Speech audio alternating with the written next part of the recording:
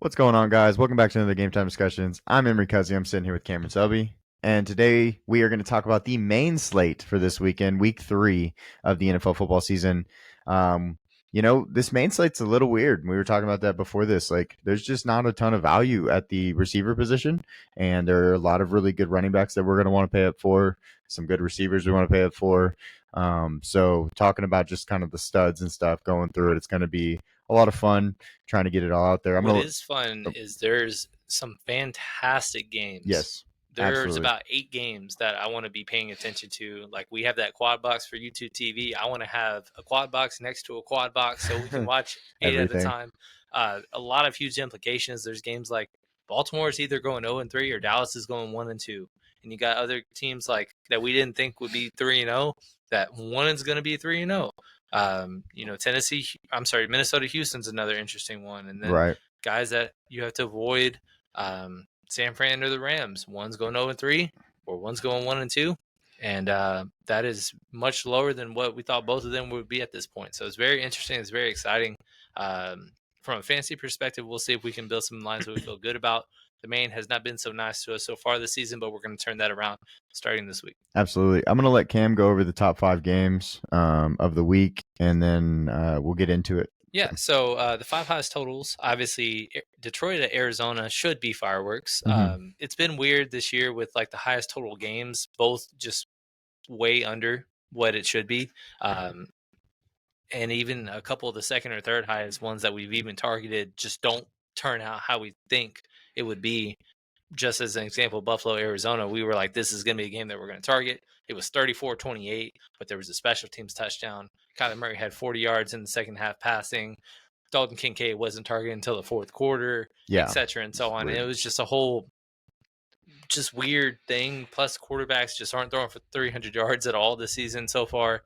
But this is a slate where there's a lot of opportunities to where we could have some high-scoring affairs, so it'll be interesting. Next up, Philly at New Orleans. We didn't think the New Orleans would be the one that's 2-0 in this matchup. They are actually favored this week, and it is 15.5-point total. Philly is a dog. Yes, they are.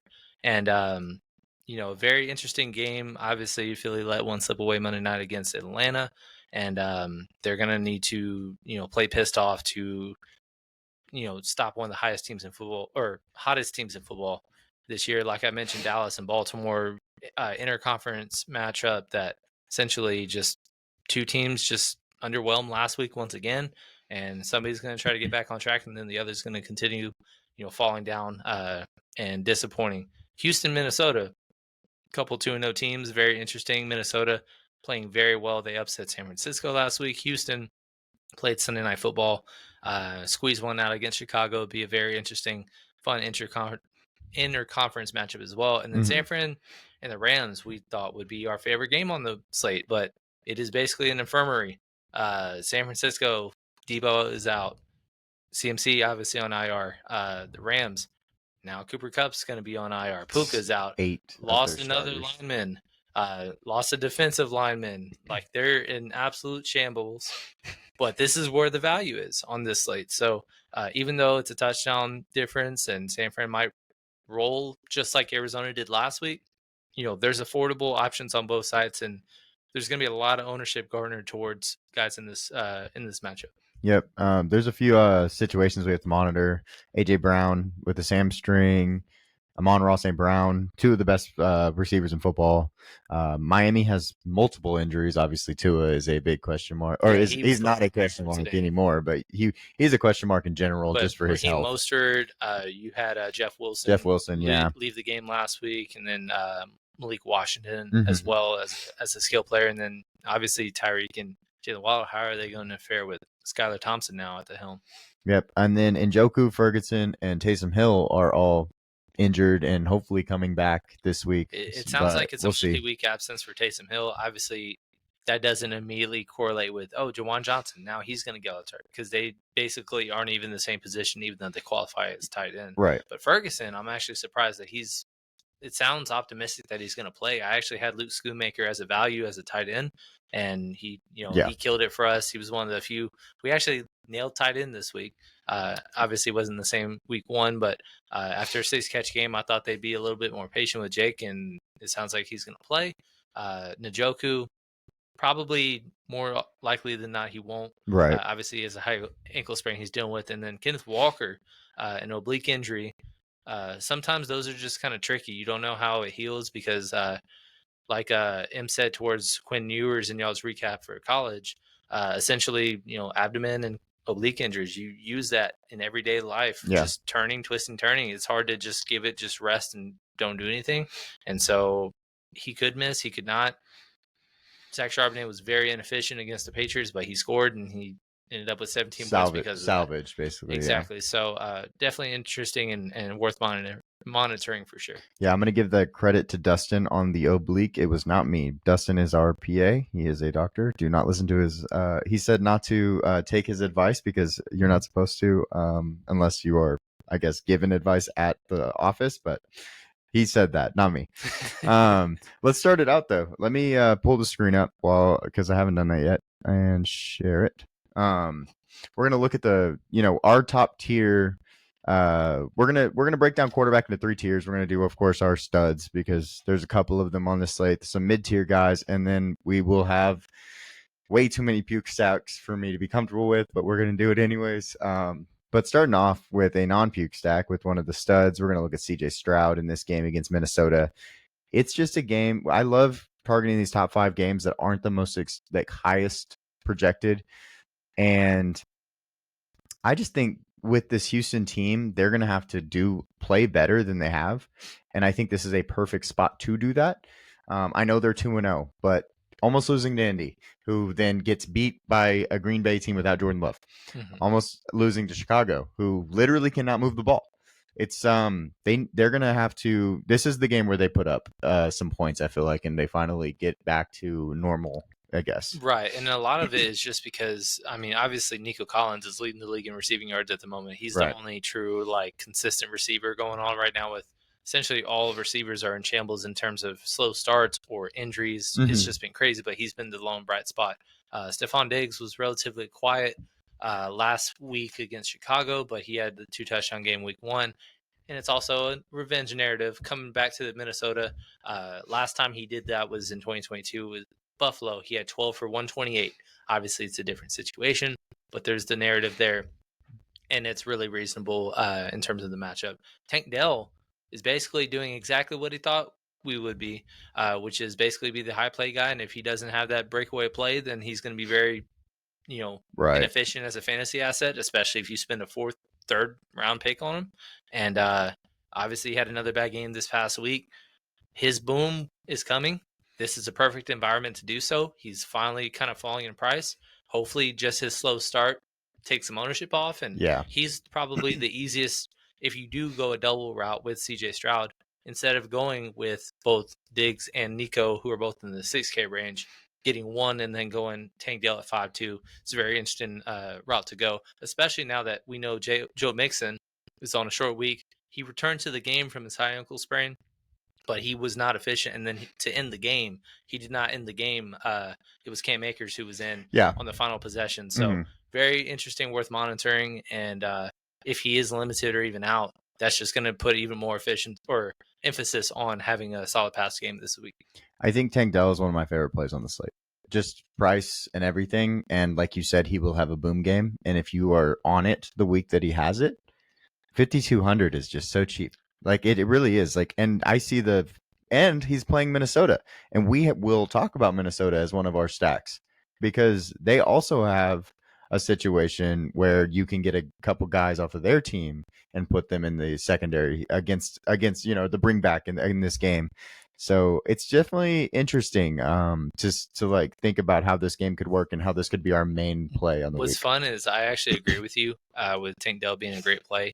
And it's funny because obviously we were so off him in best ball. Right. And I love being like, I hate this guy, but we're playing him this week. Yeah. Derrick Henry. We talked about it last week. Derrick Henry. And, he had a slow start, but had a huge second half. And, they lost the game. But, it was a good game environment for him in terms of, way on the field, way more than he was week 1. But I'll do a little spoiler alert. That's not the only guy that we faded completely in best ball that I'm going to be playing this. really, Yeah, really excited about playing this week. fair So enough. we'll talk about that in a little But yeah, so moving. Sorry, let me go back to my job. bit. Moving to Multitasking. yeah, right. Moving in the next game, we have Kyler Murray. Yeah, we don't have a producer in here, unfortunately, but no. Moving to the next game, we got Kyler Murray. He had the week that we wish he had in week one, basically, because if we would have had him in week one, it would have been awesome. We also had Marvin Harrison in week one. Guess who didn't We also had play Trey well in McBride in that week game? one. Um, but that's okay because guess what? They are back to another slate, and we can just keep talking about them. They're in the highest total game against Detroit. Detroit has been bad in the secondary still, even knowing they brought so many people in. So Kyler, Marvin Harrison, James Conner, Trey McBride, Greg Dortch, and Michael Wilson, all those guys are options to stack with Kyler. And Yeah. good. Obviously, it was strange how Baker played so well, but just his stats, if you just look at his box score, it's pretty pedestrian. But it was funny, he was started out hot, had 7 completions, all 7 were to Chris Godwin, over 100 yards, and then the touchdown. Yep. Mike Evans, who somebody that we talked about, but ended up not really playing, just was not involved until the very very end of the game. But yeah, Baker's playing very well, and Detroit is just still struggling in the secondary. That there's no way to put it lightly. They're still basically top 3, or if not, even better than that against the running backs. Once again, another inefficient performance from Rachaad White last week. So James Conner is somebody who had two pretty decent games. Mm-hmm. He's the one guy with this team that is just like, maybe we're finally getting off of him after a good start. But all these guys very modest. Greg Dortch had a great first week, not a great second week. Michael Wilson caught a touchdown week 1. Week 2, he played a lot of snaps, just didn't really get involved much because they were up 31-3 at halftime. So it'll be a very interesting game. Arizona's going to be one of the 3 highest scoring games on the slate on the majority of the weeks this season. Combination of just a high paced offense versus very bad defense. Yeah, this week Greg Dortch didn't play as much, like you said. Of course, no one did because of the blowout, but they put a lot of tight ends on the field this week is what I'm looking at here for the numbers. So that kind of 58%, 55%, and 83% tight ends playing snaps. So they were in a lot of 13 personnel this week. But yeah, so I'm excited about this stack. And hopefully we can get Kyler right this week if we do play him. Next is the mid tier. And we're going somewhere I'm never comfortable going, but that's okay. We're going to go to the Brock Purdy show without Deebo Samuel, without Christian McCaffrey. And that has a lot to do with the fact that they're playing the Rams and they're beat up pretty badly. Deebo currently is doubtful. I don't believe that he's actually ruled out. It's confirmed that he's going to miss multiple weeks. Oh, is it? Okay. Yeah. Okay. So there you go. Cam with the quick news. Brock Purdy's only $6,000 though, and his stacking options are super cheap, and that makes him very reasonable to play. Brandon Ayuk is 6,200. George Kittle 6,200. Juwan Jennings 4,100. You get any of those guys, 2 of them, and then on the other side of the ball with the Rams, you can pick whoever you want for receiver at this point because somebody is going to get 10 targets probably because that's what Matthew Stafford does. Yeah, I mean, he usually peppers who he's got, but this week he's got nobody. I mean, his number 1 and number 2, who he set a triple crown with during the Super Bowl run. Then last year, Puka obviously broke the receiving records on multiple fronts. Both of them out multiple weeks. It's a terrible situation. They're just absolutely decimated by injuries. Hard to even get behind. He was a guy that we had faith in, and then it was just way too far behind. Cooper Kupp got injured right before the half. Yeah. So it was just not very, positive for him.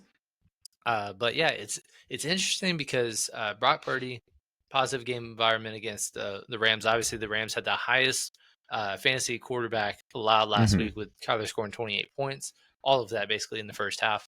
And then with Deebo being out and Christian McCaffrey being out, it's kind of similar to what we mentioned in our breakdown of the Thursday night game. It's just like exactly where the volume's going to go. Obviously, Jordan Mason in a loss, 20 touches on the ground, 100 yards in the score, some receptions as well. Brandon Ayuk usually actually thrives more without Deebo on the field. Right. Obviously, he had a breakout year last year. He's kind of stumbled out of the gate a little bit. We anticipated that from the holdout and all that stuff. But and then George Kittle, solid week last week, 7 for 76 in the score. I believe he was the highest scoring tight end on the slate in week 2. So a lot of options to go. Basically, Jordan Mason, way too cheap It's funny because, and obviously we're not doing FanDuel this year, but he was spent up all the way to $8,300 this week, and I still want to play him.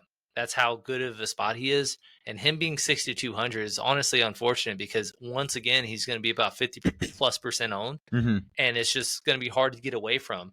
But double stacking a Brock Purdy without a Right. Jordan Mason is a very contrarian way to go for an offense that's probably going to have one of the highest totals on the weekend. Absolutely. And then if you look at the rankings up there, rushing defense 30th, total defense 31st, yards per game 32nd. Those are the Rams. And so you can tell that that's why we're targeting this game, and that's why we're talking about it. 6,200 is possibly getting to where I could reasonably fade Jordan Mason. Not full fade probably, but like if we're playing 3 max, I might be able to get away from him and be different than the field. So different than the field Right. off the rip. But the next game we got, well, it's not even a different game. It's actually a game we already talked about. We're going to go ahead and check out Sam Darnold, who is playing like an MVP. What do you know? He's actually decent at football when he actually has a good coach and a good receiving core. We around talked him. about this. We talked about it a little bit. I mean, yeah, we expected him to have a very, very Gardner Minshew-esque year where he's just very formidable. He's a fantasy asset. He doesn't kill your, number one pick of Justin Jefferson or TJ, hopefully, if he comes back and is productive. Jordan Addison, Aaron Jones. I mean, they're 2-0 for a reason. They're 2-point dog against Houston. This should be a high-scoring affair. We think this is a get-right spot for the Texans this week in terms of the passing game. And if they're going to be playing from behind, you got to play some catch up. It sounds like the quad contusion that Justin Jefferson suffered, it wasn't really much about anything. He basically had 2 touchdowns in 2 games, including a 97-yarder last week, which was the play of the week. And left the game, came back after kind of getting dead-legged a little bit on a leg whip. And he should be fine, should be good. I don't know if he'll be limited at all, but sounds like there's optimism Jordan Addison will return this week, which is positive. Jalen Naylor, in his absence, actually had a really solid game as well for Minnesota. He ended up going 3 for 54 in a touchdown. And then Aaron Jones, 5 receptions on 6 targets out of the backfield. He's always been a kind of PPR friendly back.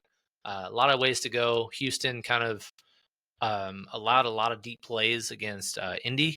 And then last week had a very good game script to turn up on the Chicago Bears and, had ended up with, I believe, 7 sacks, a lot more pressures, really affected Caleb as a rookie. And then obviously Keenan Allen being out didn't help as well. But yeah, Sam Darnold, very good spot, 5,500, very reasonable price.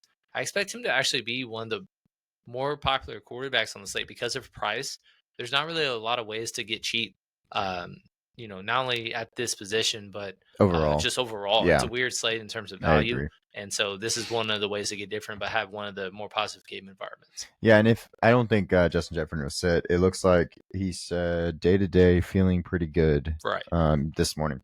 So yeah, I'm pretty comfortable with him playing, and that wouldn't be a terrible thing to get into your line as a Justin Jefferson, But yeah, so Sam Darnold.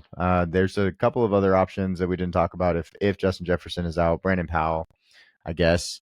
If you had to go down there, Josh Oliver or Johnny Munt, if you're comfortable getting basically a free tight end on this slate with Sam Darnold. So, and then we're gonna go to the puke, guys. I'm so sorry. Cam wanted to put 3 on here. You don't even have to apologize because he's this guy. Oh, I love look at that guy. He's so good looking. He just wants to win you money. 30 for 38, boys and girls. Both games over 250. He's always been a high volume passing guy. And obviously last year, the reason Michael Pittman Jr. became a 3rd round pick once again is because of his volume. It wasn't because of Anthony Richardson. He's been a guy that they're just not afraid to let it rip if he throws a pick, whatever. But we're gonna be willing to take the mistakes instead of just somebody that's gonna throw 150, 1 score maybe. Don't turn the ball over, but you're very predictable. It's really easy to go. They don't have the running game they used to, but he is producing, consistent. Fantasy assets. I mean, obviously Devontae Adams with the breakout game, first game with Gardner, 9 for 110 and a score, the go-ahead score to upset the Baltimore Ravens. And then our guy Brock Bowers, tied in 2 currently, just barely, but 9 for 98. Because of the touchdowns, right? He doesn't have any he just touchdowns. doesn't That's have. why. He hasn't scored Yeah, yet. But that's why. he led the team in targets week 1, 9 targets week 2, caught all 9 of them, 98 yards.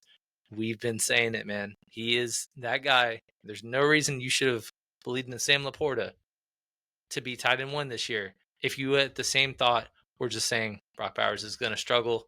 I don't think he should be a top 10 tight end this year.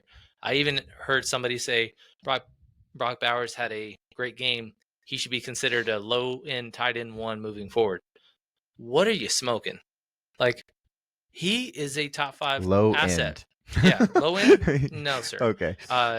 And we haven't even seen what he's done out of the backfield yet, but his price is starting to catch up. It's 54 this week, but very reasonable to get to.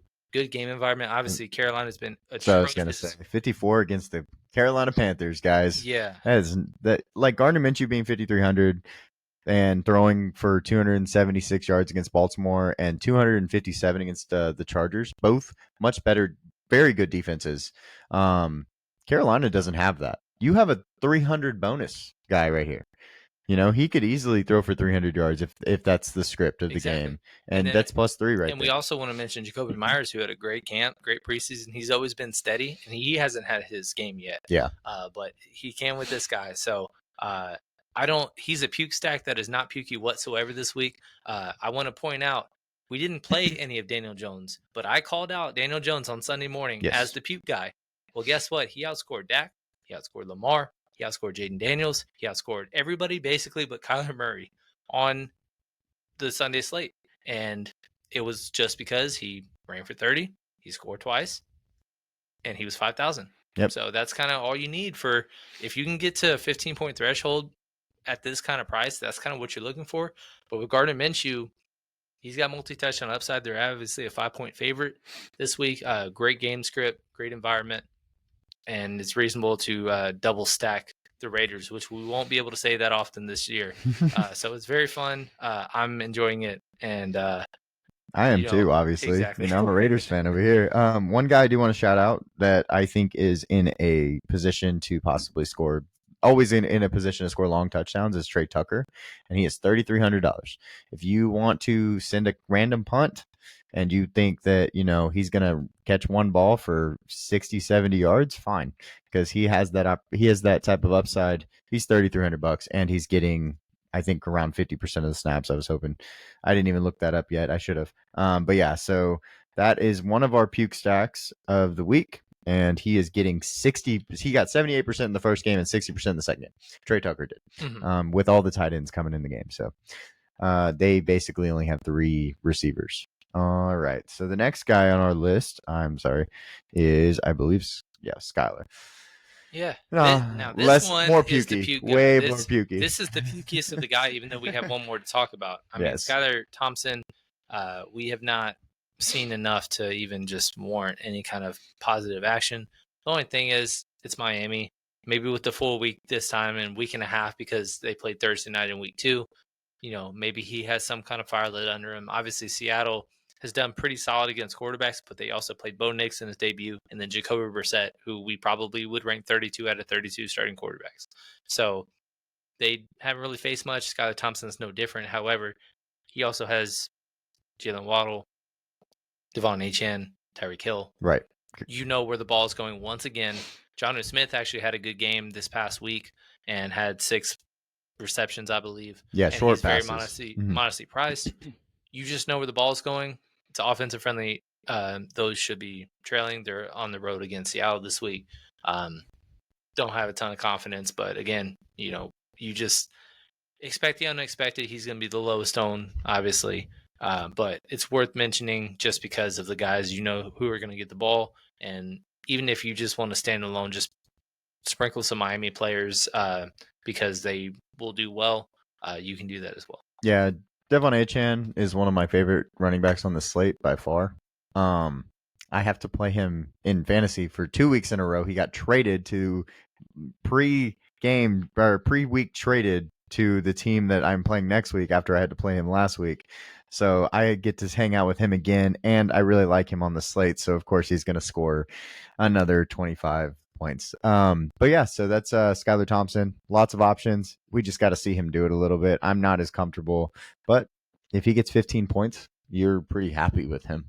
So let's go to the last guy, which is under 5,000. It is Andy Dalton, who we did not expect to see playing. He is taking over for Bryce Young. That situation is, you can talk about that situation.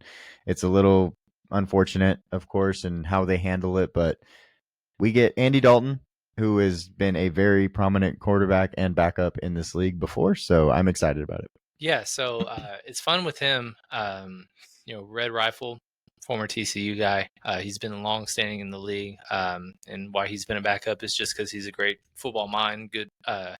Always been a good solid quarterback, and then as he's transitioned to a backup, I don't feel just out of the water when he's starting for me. But yeah, it's kind of similar to Gardner Minshew in terms of just when Anthony Richardson was in. Obviously, it's low passing volume, so everybody else, their just floor is way lower. Their ceiling can be somewhat high, but it is probably more on a consistency basis much lower as well. But then Gardner Minshew, somebody that's not afraid to fling it. It's just kind of that just enhances everybody else. Right. Well, Carolina can be that same way because Bryce Young obviously is just short game. And Andy Dalton, I promise you, don't give a damn about no short game. No, he's like, I'm the it. quarterback again. I'm going to play. Last year, his most recent start, he played almost 1 year to the date against the Seattle Seahawks on the road, 58 pass attempts, 361 yards, 2 touchdowns. And he had a worse receiving core than he does right now. So, I'm not saying that he's just the guy to play. Honestly, I'm kind of disappointed that his receivers weren't even cheaper because it just makes you open up a lot more. But maybe that just kind of keeps the ownership down. Obviously, should be a good game environment with the Raiders. They played Baltimore last week, so it's a very low volume passing attack to begin with. So it's not like anything was exposed or anything of that nature. And then the week before, they played the Chargers, who are now one of the most run-heavy teams in football. So they haven't really been tested through the air yet. But if there is a weakness in the defense, it is in that secondary, in the passing game. So Andy Dalton is a guy that I love this week. Don't really know who's going to be the beneficiaries yet. But there's a few options that we'll talk about in a little bit if we do end up doing a puke stack.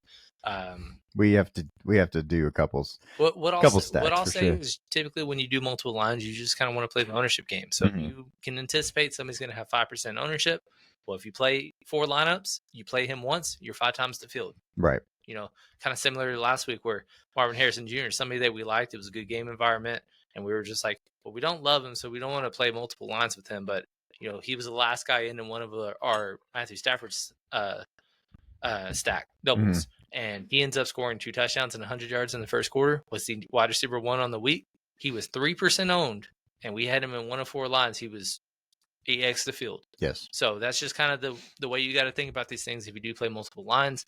If we're playing Carolina players, that's kind of what we kind of feel. We're not going to hammer it. It's okay. We're going to play it one time maybe and try to do the best to do it. And then maybe that line will be the best of the week. For sure. And it does open up a lot, like you're saying, so you can get some of those studs, which we are going to go talk about right now. Let's go check out these running back studs. I'm much more comfortable with Andy Dalton than I am Skylar Thompson. Yeah, absolutely. 100%. But at the same time, like you said, Daniel Jones did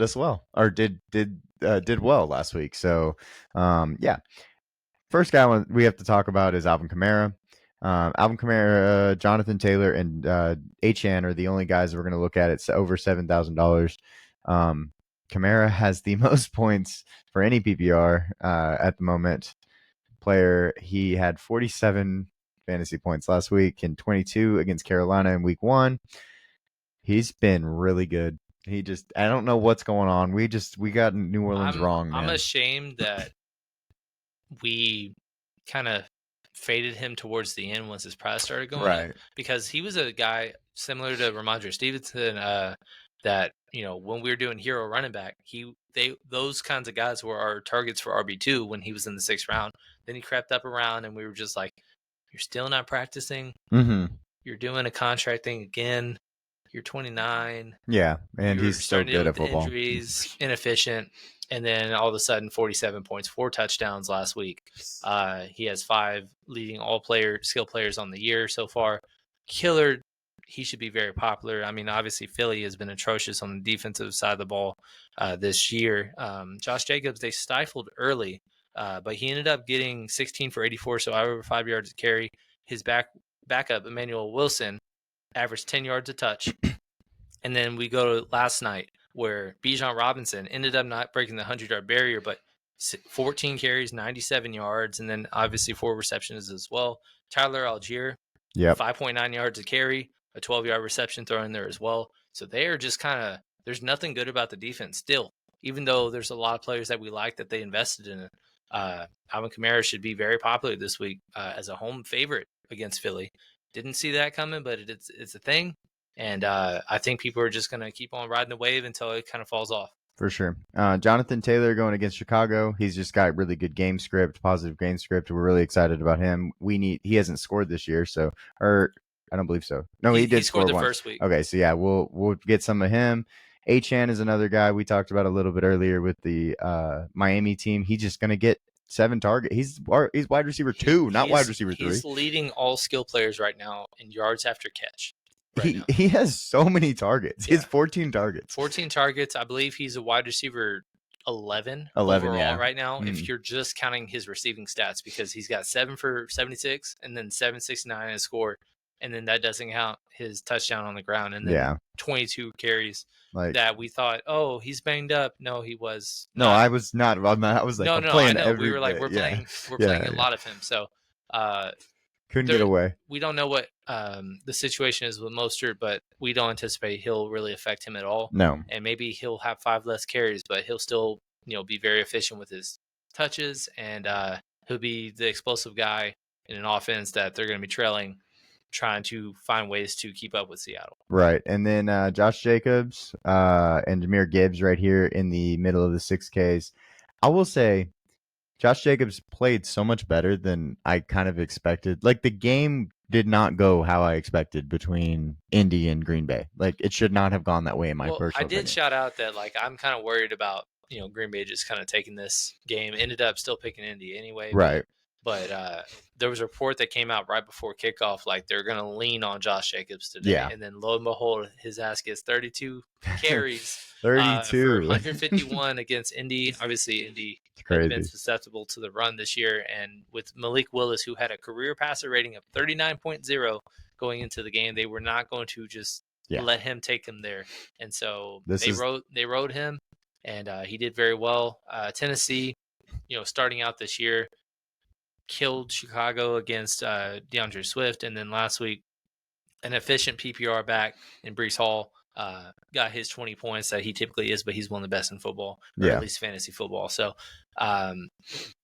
this is an interesting game that I don't know how this is going to turn out. Tennessee's actually favored right now, but the money is on the Green Bay side.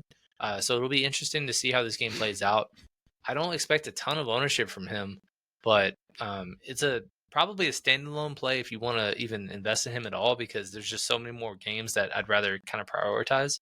But he was definitely worth mentioning, especially if you're going to get 32 opportunities in a game. For sure. And then also Marshawn Lloyd placed on IR because he suffered an ankle injury, so it's just him and Emmanuel Wilson. It's just going to be him, maybe some Jaden Reed handoffs, but it's going to be just bell cow role for him. Right. And then the next grouping is our mid-tier guys. If Kenneth Walker is playing, you have to get a little bit of him because he has been so good.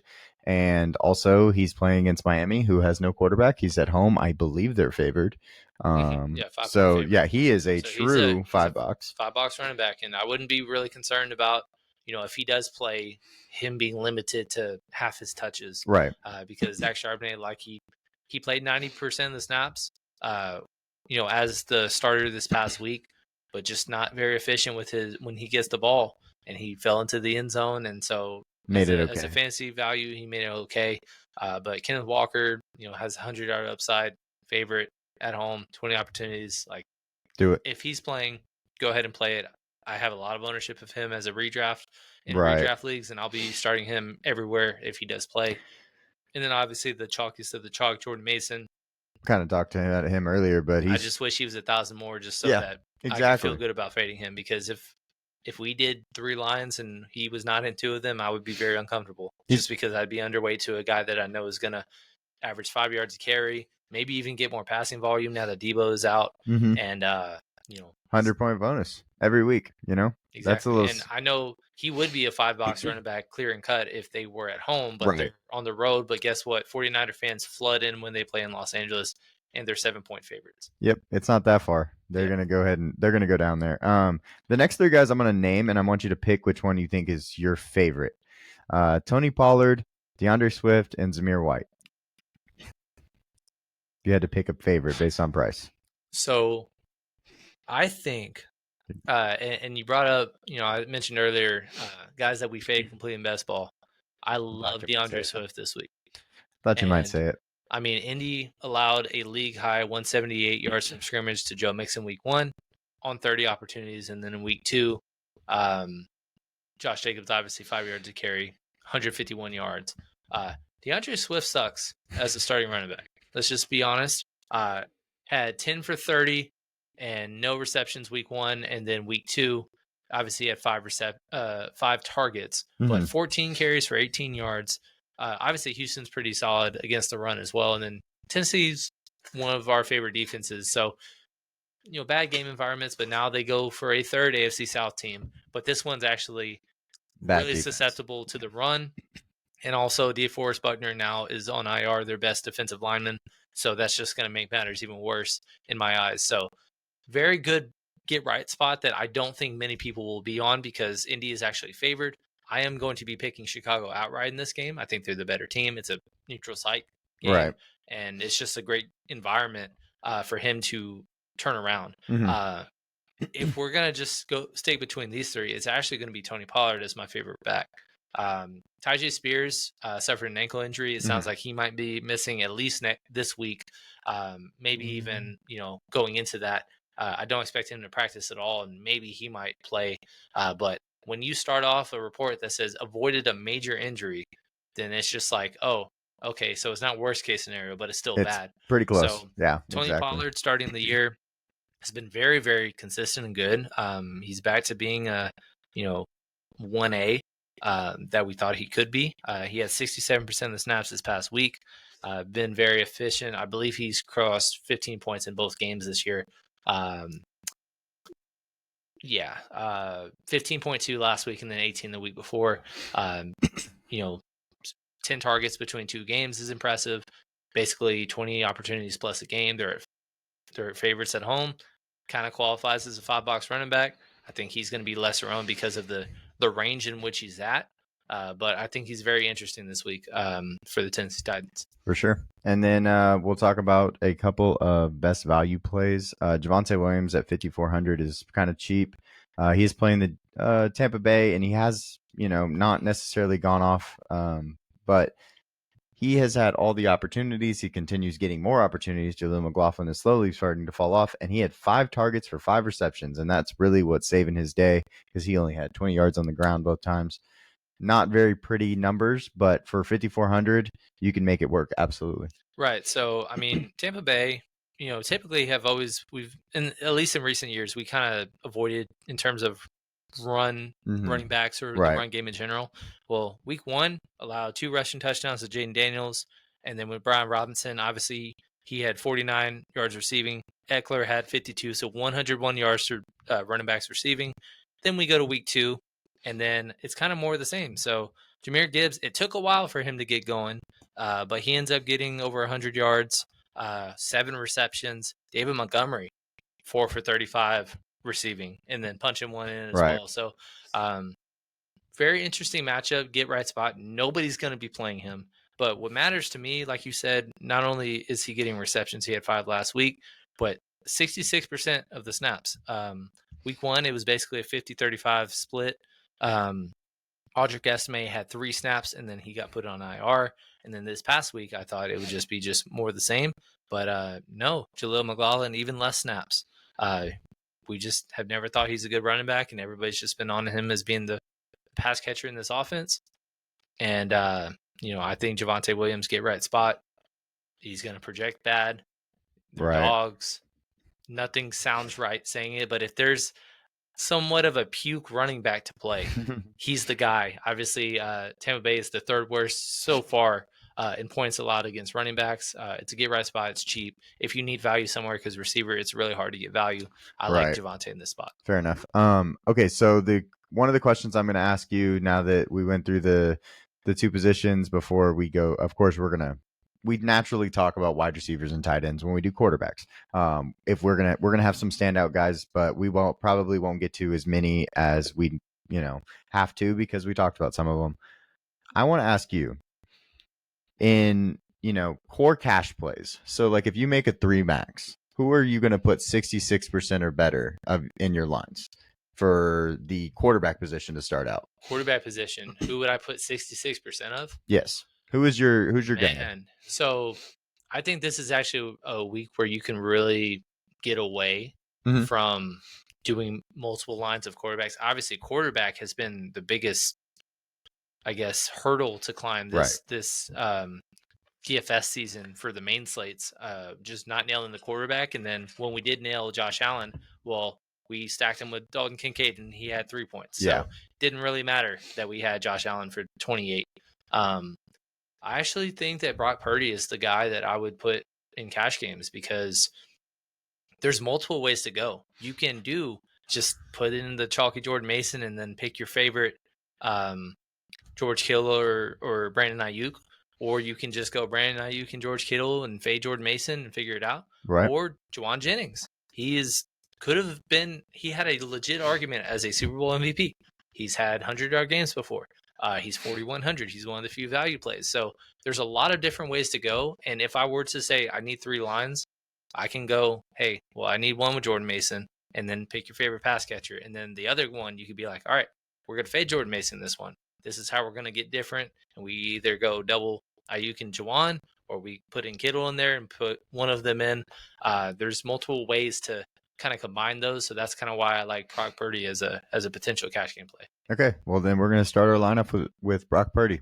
Okay. And which way would you like to go? Because you just gave me 2 options. All right, so let's put in Jordan Mason. All right, we're going to go really chalky. Yep, very chalky. Let's do it. And then if we're going to stay chalky, then let's go ahead and put in Brandon Ayuk. He is the same price at 6,200. Get right spot after a rough start to the season. Beautiful. I think we need a Ram, and I think that there's a lot of options. It's kind of similar to the Patriots on the Thursday night slate, where it's just like they're all just there. One could go off, and I have no confidence in who. Basically, because of Cooper Kupp's injury, DraftKings raised the prices by at least 1,000 on every single one. So Tutu's like 43 or 47. Yeah. Demarcus Robinson's 5,000, and Tyler Johnson's 49. It's gross. Yeah. It's really gross. So I don't really like any of them. Okay. I might actually just say no. That's not where I'm going. I think Colby Parkinson is going to be my guy, just because I like some tight ends in the 5K range. But honestly, if you're not going to go Kittle, if you don't want to go with a Brock Bowers, who's also in a good spot, even though his price increased, he's one of the true values on the slate. And obviously he didn't produce for us last week, but it's a by default thing, and it's the cheapest option of the bunch. So that's kind of how I view it on this particular build. Okay, I'm gonna just throw a defense in because we can't get that right, so we're just not even gonna talk about it. We're gonna put the Bears in, because why not? The Bears. All right, and then we're gonna go to our next game. What game would you like to target next? This is more your first look, obviously. Gotcha. So, all right, let me pull up this slate real quick. Detroit, Arizona, Houston, Minnesota. Houston, Minnesota is the game I want to target. Okay, let's do it. Oh, where'd my thing go? Yum. Both of them. All right, let's go talk about it. So, I don't want to focus on the running back position. This is kind of more where I'm going to put the receivers together. Let's go ahead and put it in Tank Dell, because both of us kind of agreed that this might be a get right spot for him. And then, gets ridiculous after that. Well, it's gonna be hard to bring back. I don't hate Jordan Addison. I don't hate going all the way up to Justin Jefferson. Let's put in JJ for now and see like how uncomfortable that makes our line. 5,800 a piece isn't terrible, actually. So I don't hate that.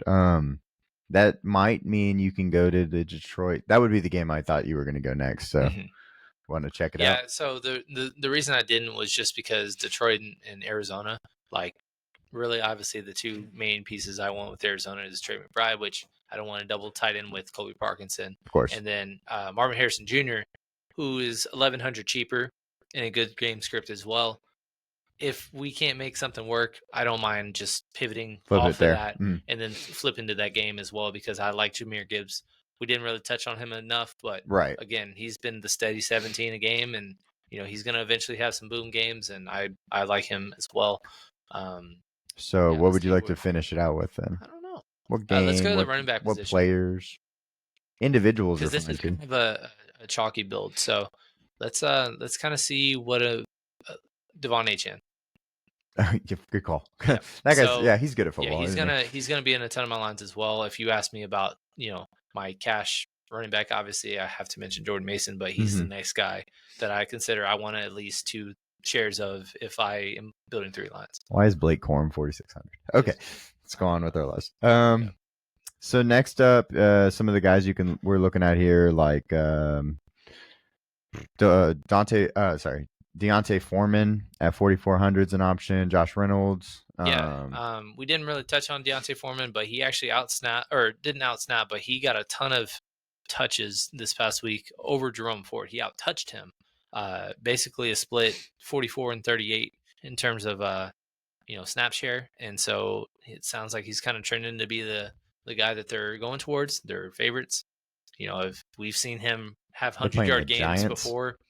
You saw what Brian Robinson did. Yeah, he didn't score, but he had 130 plus yards, and Eckler had a solid outing with his touches. So if you don't believe in Jerome Ford, 4,400 for a guy that could possibly punch one in and get 100 yards, worth it to me. Right. Do you want to stay there, or do you want to go to someone else? I don't know. Well, and that's the problem that I have with this slate is just pricing, man. Yeah, there's no one cheap underneath 5,000 really that's worth it. I mean, we did take him out and then put in Jefferson. Took out Jefferson as well and then put in Marvin Harrison. That leaves about 57. Maybe see if there's somebody that might be worth picking up in that one. Way up there now. Yeah, he's 75. Or 74. Sorry. Yeah. Let's see. 58. All right. So Jerome Ford, like I mentioned, if you thought that was a weird thing, but if you want to bring back the easiest click is just Jameson Williams. Yep, that's exactly what I was thinking. He didn't have the same kind of consistency as his breakout game in week 2, but I mean they were giving him end rounds. He's always efficient with that. He actually had 11 targets and 5 for 79. So that's the wrong one. His price is going up, but it's a great bring back if you're going to go the Marvin Harrison route because they're the highest total on the slate and it's a cash build. I really like that. And then Monroe St. Brown, I bet you he's going to play, but he could very well be limited because he kind of got twisted up a little bit. He's always kind of been one that kind of is banged up with lower extremity injuries. Mm-hmm. So we'll just kind of see. He had his great game last week. He had 19 targets. Mm-hmm. But when Jameson Williams also has 11 and then another carry in the same game that Jahmyr Gibbs goes over 100 yards and Monroe has 19. There's not much to go around after that. Sign me up. So that's my first look for if we're going to go with the cash build. Yep. So why don't y'all take a screenshot if y'all are watching, and if you're not, you're gonna miss it. I'm about to clear it though, so I can do my cash build, and I know that this is going to be a lot of fun. Okay. Because we're gonna start with, where are you? All the way down here, Mr. Gardner Minshew. Let's do it. I'm gonna get really excited about this because I get to finally. I get to shove Brock Bowers into this line. I don't even have to think about it. For wide receiver, I think this is actually an interesting spot because playing Devontae Adams is always an option, especially when you're going to take his quarterback. He did have 12 targets last game, 110 yards. At the same time, Jacoby Myers is 5,100 and he's way too cheap. I'm going to put Devontae Adams in this line because it's the right way. Yeah. Right way we're to do doing it. Cash, but tournament wise, I really don't mind Jacoby at all. At his price, it's crazy. And then I'm going to ask you what your favorite wide receiver bring back is for Carolina because I know it makes you uncomfortable. Adam Thielen just feels like an Andy Dalton guy, right? So I'm gonna suggest him. Obviously, he and Deontay are basically the same price. So if you have a lean, go for it. Obviously, they brought in Deontay Johnson via trade, and he's been a high volume when he gets to targets. Right. Yeah. But yeah, Adam Thielen, he had a great stretch last year. It's a good environment to do so. I don't know how popular he'll be, but since he's 5,000, but he would be my by default Carolina Panther if I had to pick one. Absolutely. Or Chuba Hubbard, I guess, is an option too if you wanted to do that again, and it's still probably not going to work out because it's uncomfortable. And if he falls in the end zone, you're happy, but they can't seem to get down there. Achan's going in my line because it's just right, and I'm going to put the chalk in my line also, so that we see it here. I'm going to go get a Ram. I think is where I want to go. Okay. Actually, I think I know exactly what I'm going to do. I'm going to stack the defense. It's going to be so pretty, and it's so gross because it's DeAndre Swift, but 5,600 to stack the defense. I have 5,300 to get my favorite Ram. Where are you going, Ram?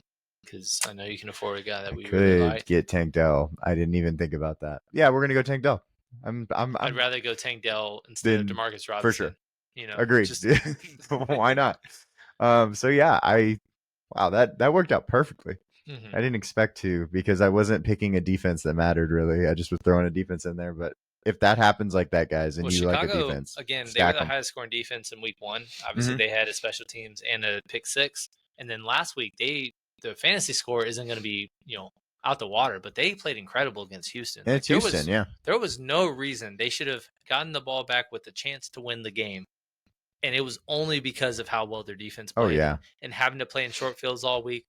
A top 5 offense like Houston, allowing them 19 points on the road, getting 3 sacks the way they did. Obviously, they got a fumble recovery when they were trying to punch one in on the goal line. Yeah, they're my favorite defense. And then obviously Anthony Richardson has 4 turnovers in 2 games.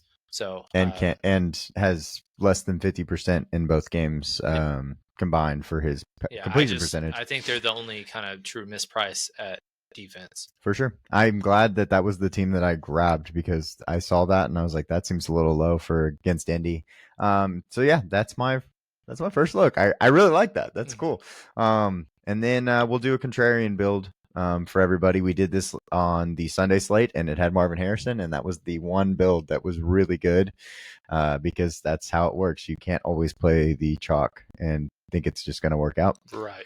Where do you want to start at quarterback for contrarian? Because I think that's an interesting talking point. I want to say, oh man, this is a tough one. I kind of want to build a Andy Dalton stack. I'm not sure if I want to double yet, but single's fine, yeah. At least go with him and Adam Thielen, and then do you want on this one to bring him back with Brock Bowers, or do you want to try to do Jacoby on this one? Oh, that's interesting. Because if we're going, yeah, let's do it. Let's do Jacoby. 5,100 Jacoby is way too cheap. So this is kind of how we can get contrarian, because I anticipate if you're going to rank, if you had to ask me, how would you rank the potential ownership between the 4 skill players of San Fran?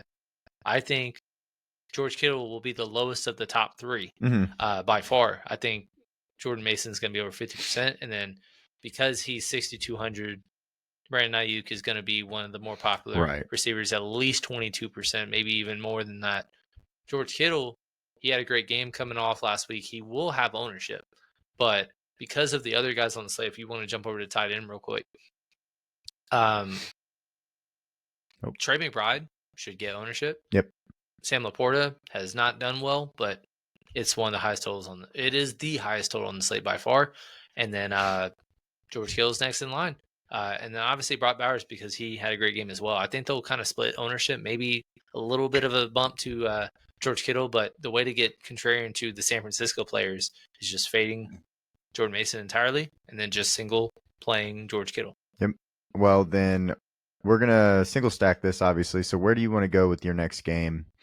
We do have some contrarian games on here, which we're actually using one of them. The other one is Chicago at Indy. So, yeah, it's interesting because my other contrarian option was going DeAndre Swift. Didn't think we would fit him in the cash game, but like I said, it's a get right spot against a team that is basically dead last against running backs this year.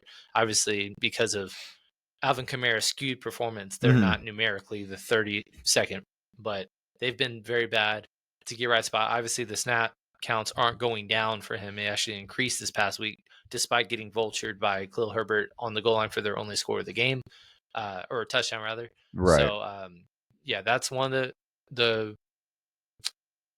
And then obviously, you got to eat some chalk. It doesn't matter. He might be the second highest on running back on the slate, but I just kind of want to keep putting Devon Achane in It's fine with me. my line. Yeah, he's gonna kill it. It is what it is. Can't get mad about it. I actually think then guy that we haven't really talked about, because I think his price went up pretty steeply. Where is JSN? No, it didn't. 5,400. I want to get JSN in this line. Okay. I think now that you put HN in there, I think JSN at 5,400. Perfect. Bring him back. Not completely contrarian because I think he's probably going to get ownership, but at the same time, like I just think what he did last week is what is coming, and we're just going to have to ride the wave basically on this one. Look at that receiving core. That's amazing. Nobody's going to have that No receiving way. core. Let's go up. So- Let's go up. We have so And much obviously- money. Yeah, we have so much money. Obviously, like I mentioned previously, I want to put George Kittle in this line. I don't think there's a way you can fade every single 49er this week. Right. So that's just kind of what I got to do. And lo and behold, if you want to, we can afford anybody on the slate. Obviously, one of the highest totals, Justin Jefferson, CeeDee Lamb against Baltimore. Baltimore, they allowed 100 yards to Rashee Rice, and then last week 110 yards to Devontae Adams. So Right. back-to-back weeks of being burnt by the number one, and then obviously CD is right in that grouping as one of the best in the game. So fine if you want to go that way. If you want to go JJ, that's fine too. If you wanted to kind of somewhat double Miami up, Tyreek Hill at 84. Haven't seen him that cheap in a while. That's pretty cheap, man. So, and then obviously everybody else is just absolutely shredded with injuries. Let me go grab. I want to see what RotoWire has to say about the highest projected receiver. I bet you it'll be CD. He's projected 2 points higher than everybody else, and I agree. And that's what I was actually going to see. I was going to see if I was missing somebody. And I actually wonder if he'll actually be somewhat relatively the most owned receiver. Oh, up there? I don't know because of all the injuries. I think because of the injuries, but when you got a Amon-Ra who coming off a 19 target game in the highest total, you got Justin Jefferson who just had 97 yards scored in both games. Tyreek Hill, obviously we see what he can do every single week. He had an 80-yard score week 1, and then had a rough game when Tua went out week 2. And then obviously Cooper Kupp won't play, AJ Brown won't play. Right. I think CD is an interesting way to go. Cool. I think it's contrarian. One guy we didn't talk about because you did say AJ Brown isn't playing is his running mate, Devontae Smith. 69. Mm-hmm. Okay, yeah. So he's an option, but he's playing New Orleans.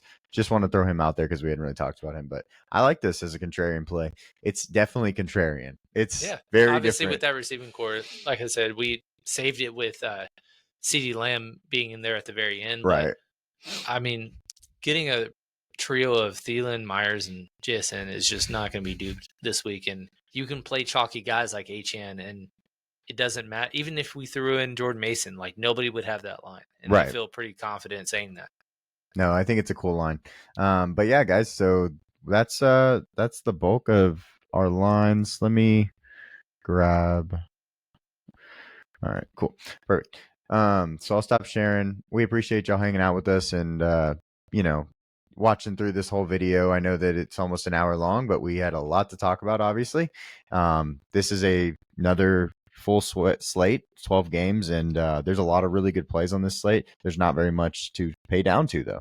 So you have to be different, and that's fun. That's how you win big money, is like on slates like this, where it's really not a guy that like Yoshi Voss, who we were playing, and had, 33,000, 3,800. There's no one on the slate that you're like, dang, I really want to get to that guy at 30. Exactly. Like 3,500. This week, I mean, obviously there's just Mega Chalk and Jordan Mason, but other than that, there is no value that's just going to be like, oh yeah, 30% are going to play him because of what have you. I mean, even Yoshi Voss I thought would be lower owned, and he was still hit 20% last week. So is what it is. We appreciate you guys tuning in. Please like, comment, subscribe.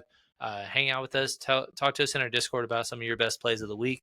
It's Wednesday as of this recording being released, so we're going to be talking about some of our best plays on the Thursday night slate. Go check out that first look as well. Yes. We'll be interacting. We also are recapping and talking football from the college football perspective. We have a new number one. Fun stuff, especially locally. Us being from Austin, having UTB number one for the first time in 15 years is pretty cool. So, we want y'all to tune in. Let's get this community growing, showing, and keep on interacting. But until then, we will see y'all on Sunday. Yep. See y'all next time. Ooh, there it goes. Oh, I really like how that went. doing good. Mm-hmm. And it's got to stop. Please stop.